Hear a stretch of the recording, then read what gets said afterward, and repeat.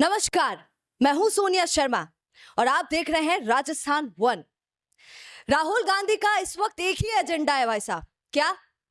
संसद छोड़ो, वियतनाम भागो। सारे काम छोड़ो, वियतनाम भागो। यहां तक कि कांग्रेस को भी छोड़ो, वियतनाम भागो। आज हम इसी पर चर्चा करेंगे और ये जानने की कोशिश करेंगे कि क्यों वियतनाम बार बार राहुल गांधी जाते हैं। तो मैं उसी के लिए, हमारी चर्चा के लिए, हमारी बातचीत के लिए हमेशा की तरह बुलाना चाहूंगी पत्रकार नीरज शर्मा को। नमस्कार सर। जी नमस्कार सोनिया जी। राहुल गांधी वियतनाम लगातार जा रहे हैं। यह मुद्दा भाजपा ने भी बाकायदा प्रेस कॉन्फ्रेंस करके मजबूती के साथ में उठाया है कि जितना समय वो अपनी विधानसभा के अंदर नहीं बिता रहे हैं उससे कई गुना ज्यादा वियतनाम में बिता रहे हैं। क्या विशेष कारण है? वियतनाम पे इतनी विशेष कृपा का क्या कारण है? तो कारण कई हो सकते हैं। पहले यही बात हुआ करती थी कि राहुल गांधी इन एशियन कंट्रीज में बहुत घूमते हैं, थाईलैंड बहुत जाते हैं, अचानक से चुनाव के बाद भाग जाते हैं या चलते सत्र में छोड़कर चले जाते हैं। तो आदमी के अपने व्यक्तिगत कारण हो सकते हैं, हम और आप उस पर ज्यादा टिप्पणी करना ठीक नहीं होगा एक तरह से। परंतु हाँ, यह चिंता का विषय बेशक है। क्यों? क्योंकि राहुल गांधी कोई साधारण व्यक्ति नहीं है। राहुल गांधी संसद के अंदर, भारत की संसद के अंदर नेता प्रतिपक्ष के पद पर काबिज हैं, जो कि बेहद अहम पद है इस भारत की जनता के लिए। तो उनको जवाबदेह बेशक होना चाहिए, क्योंकि आमतौर पर क्या होता है, जब इतना बड़ा नेता कहीं जाएगा तो एक प्रोटोकॉल होता है, सूचना देगा, जानकारी देगा और फिर उसके बाद कहीं बाहर जाएगा। अब या तो ये हो सकता है भैया कि राहुल गांधी को विराट कोहली वाला शौक लग गया हो कि मैं अनजान लोगों की तरह दौड़ सकता हूँ, वॉक कर सकता हूँ यूके की सड़कों पर। तो राहुल गांधी वो खुशी वियतनाम में संभवतः ढूंढ रहे हो, वो हो सकता है, पर जवाबदेह तो उनको होना पड़ेगा सर। बिल्कुल सर, और ये तो मजाक क्या थोड़ी सी बात हो गई, पर रियलिटी ये है कि कल जब भाजपा के ही कुछ नेता ये बोल रहे थे कि ये राष्ट्रीय सुरक्षा के लिए खतरा हो सकता है, राहुल गांधी खतरा माने जा सकते हैं राष्ट्रीय सुरक्षा के लिए, एजेंट के तौर पर उन्हें देखा जा रहा है। इस पर सर आप क्या बोलेंगे? देखिए, इस तरह की बातें तमाम बार इतिहास में होती आई है। ये तो अमेरिका के राष्ट्रपति डोनाल्ड ट्रंप को भी रशियन एजेंट कहा जाता है। कई बार उनको आइडेंटिफाई भी किया कि पहले एक रशियन एजेंट के तौर, एसेट के तौर पर उनको आइडेंटिफाई किया था रशिया ने, और उसके बाद वो चुनाव जीते, राष्ट्रपति बने, फिर उसके बाद तमाम चीजें होती रही। और रशिया के प्रति उनका एक सॉफ्ट कॉर्नर भी पिछले दिनों देखने के लिए मिला, जब यूक्रेन के राष्ट्रपति और उनके बीच में वो जो कुत्ते बिल्ली जैसी लड़ाई हुई, खा खा खा करके, लेकिन उस समय भी वो देखने को मिला।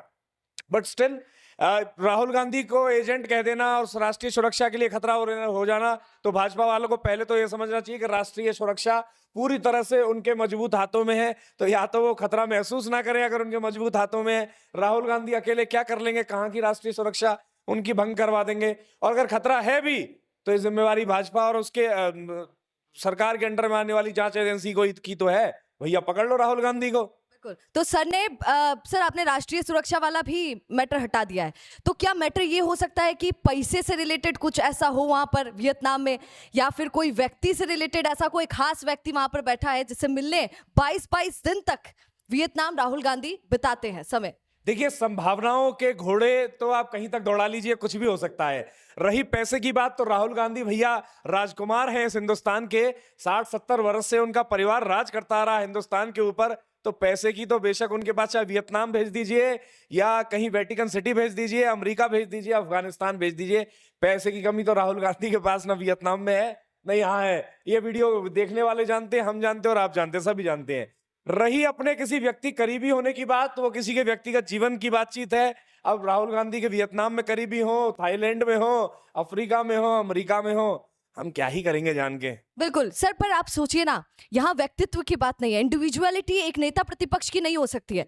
जब भी मोदी कहीं जाते हैं, ये सवाल काफी लोग उठा रहे हैं, जब भी मोदी कहीं जाते हैं तो वो चीज सार्वजनिक की जाती है कि वो कहाँ जा रहे हैं। तो क्या नेता प्रतिपक्ष का ये फर्ज नहीं बनता है कि वो कहीं विदेशी यात्रा पर अगर जा रहे हैं, वो भी इतने इतने दिन अपनी कांग्रेस पार्टी को छोड़ के, अपने नेता को छोड़कर, तो क्या उनको भी सार्वजनिक नहीं करना चाहिए कि वो क्यों जा रहे हैं? बिल्कुल बिल्कुल करना चाहिए। इन चीजों से मैं आपको डायरेक्टली जो नुकसान होता है, जो इम्पैक्ट करती है, वो मैं चीजें बताता हूँ आपको।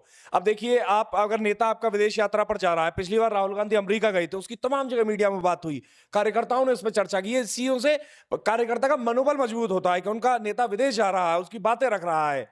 तो चीजों को एक्सपोजर मिल रहा है, ना सिर्फ पार्टी को एक्सपोजर मिल रहा है, नेता को भी मिलता है। सो ही नरेंद्र मोदी प्रधानमंत्री के तौर पर करते हैं, तो नेता प्रतिपक्ष अगर राहुल गांधी उस पद पर काबिज हैं, तो निश्चित तौर पर राहुल गांधी की मजबूती से जिम्मेदारी बनती है, ना सिर्फ वो देश की जनता के लिए जवाबदेह हैं, उस संसद के लिए जवाबदेह हैं जिसमें नेता प्रतिपक्ष का पद उनके पास में, साथ ही साथ में कांग्रेस पार्टी का हर एक कार्यकर्ता के लिए वो जवाबदेह हैं, जिसको जो उनकी ओर देखकर आशा करता है, उनको अपना नेता मानता है। उनको पता तो रहे नेताजी कहां पर हैं। अब बताइए, आप बता रही हैं वो वियतनाम चले गए, उधर चले गए, इधर चले गए, और राहुल गांधी 22 दिन राहुल गांधी रीचेबल ही नहीं है, और यहाँ देखिए जनता परेशान है, कार्यकर्ता परेशान है। तो बेशक, और हमारी जनता को बहुत अच्छे से याद होगा, अभी कुछ दिनों पहले ही राहुल गांधी ने खुद मंच से कांग्रेस की कमियां गिनाई थी। ये कहा था कि कांग्रेस के जो नेता हैं वो भाजपा से जुड़े हैं, मतलब कि झंडा कांग्रेस का और प्रचार भाजपा का, ये खुद राहुल गांधी ने बोला। तो सर, ये जिस दिन उन्होंने बोला उसी के थोड़े दिनों के बाद वो वियतनाम पहुंच जाते हैं। तो वो उन्होंने कहा था कि वो काम करेंगे कांग्रेस पे, काम धंधा छोड़कर वो पहुंच जाते हैं वियतनाम। सर, अगर कोई नेता, लीडर कहे जिसको, जिस पार्टी का लीडर ऐसा हो, तो क्या वो पार्टी चल पाएगी? देखिए ये क्या ह्यूमन टेंडेंसी, आदमी ये समझता है कि आप, ऐसा नहीं होता न्यू ईयर पे हर कोई रेजोल्यूशन बनाता है कि मैं 1 तारीख को जिम जाऊंगा, मैं ये कर दूंगा। राहुल गांधी भी उसी मानसिकता के व्यक्ति। सर, आप बहुत बड़ी बात बोल रहे हैं। नहीं, आप समझिए, आप ऐसा ही होता है, वो है तो इंसान ही, भली नेता प्रतिपक्ष हो, गांधी परिवार के हो, हम जो उनको राजकुमार भी बताती है हिंदुस्तान का, वो सब हो, वो तमाम चीजें हो वो, लेकिन है अंततः इंसान ही। तो उन पैमानों में, उन बंदिशों में वो भी बंधे हैं जिनमें हम और आप सभी बंधे हुए हैं। तो राहुल गांधी सुबह सुबह रेजोल्यूशन लेते हैं कि भैया कांग्रेस पार्टी को सुधार के रख देंगे, ये बदल देंगे, वो कर देंगे, ऐसा कर देंगे, फला कर देंगे, बूढ़ों को पीछे ले जाएंगे, युवाओं को आगे लाएंगे। लेकिन फिर जब अंततः वो जो रियल टाइम ग्राउंड में आने वाली मुश्किलें हैं कि आपको वाकई जागना तो 4 बजे पड़ेगा अगर आप चाहते हैं कि आप अगर पहुंचे जिम और आप की शरीर और चीजों की व्यवस्थाओं के अंदर सुधार हो। इन तमाम लोगों को भी देख रहा हूं जो युवा ये सोचकर सो जाते हैं कि कल से देखेंगे। तो ये जो डिक्लाइन कर देने का स्वभाव है इंसान के अंदर, वही राहुल गांधी के अंदर है। तो वो भी अपना रेजोल्यूशन लेते हैं, फिर पलट जाते हैं। पार्टी खत्म हो जाएगी ऐसा करते करते? देखिए, ये पार्टी अब सिर्फ राहुल गांधी नहीं है, ये राहुल गांधी को भी समझ लेना चाहिए, जनता को भी समझ लेना चाहिए, और साथ ही साथ में जो भाजपाई और तमाम अन्य पार्टियों के लोग दंभ भरते हैं कि कांग्रेस खत्म हो जाएगी या पार्टी, हालांकि दिशा में उसी में है, दिशा में उसी में जा रही है, लेकिन इतना आसान नहीं है ये, क्योंकि कांग्रेस पार्टी सिर्फ एक राहुल गांधी नहीं है, ये सभी को समझ लेना चाहिए। और खास तौर पर ये कांग्रेस पार्टी के कार्यकर्ताओं को समझ लेना चाहिए, जो कई लोग अपनी कमर तक अंधे हो चुके हैं गांधी परिवार की अंधभक्ति के अंदर। हर कार्यकर्ता को ये समझ लेना चाहिए कि सिर्फ कांग्रेस पार्टी गांधी परिवार या राहुल गांधी नहीं है, ये पूरा का पूरा एक प्रोसेस है, एक विचारधारा है, ये यूं ही खत्म नहीं होगी, यूं ही मरेगी नहीं। तो लेकिन हालांकि दिशा में उसी में है, चेत जाना चाहिए राहुल गांधी को और सभी को। Thank you sir, thank you so much. ये थे हमारे साथ पत्रकार नीरज शर्मा, जिन्होंने बताने की कोशिश की वियतनाम क्यों जा सकते हैं राहुल गांधी। पर आप अपनी तरफ से बताइएगा कि आपको क्या लगता है, क्यों जाते हैं राहुल गांधी वियतनाम? राजस्थान को कमेंट करके जरूर बताइएगा, और ऐसे ही खुशी के साथ जुड़े रहिएगा राजस्थान के साथ। नमस्कार।